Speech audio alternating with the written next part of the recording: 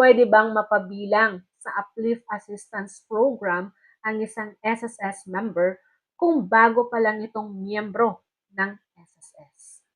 Yan po ang ating sasagutin ngayon.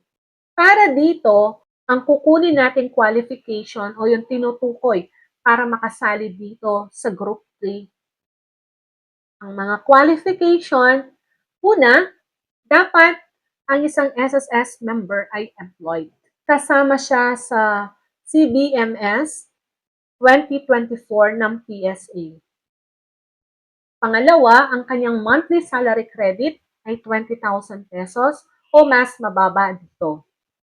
At ang pangatlo, meron siyang enrolled disbursement account sa SSS. At iba pang qualification connected sa tanong, kailangan meron kang at least one posted contribution either sa 2025 o kaya naman 2026. Ngayon, kung bago ka pa lang na SSS member, pwedeng mapasali dito kasi ang requirement lang patungkol sa contribution, 1 SSS contribution sa taong 2025 o kaya naman 2026. Pero hindi lang po yan ang magdidikta kung kasama kayo, yung mga nabanggit pa natin.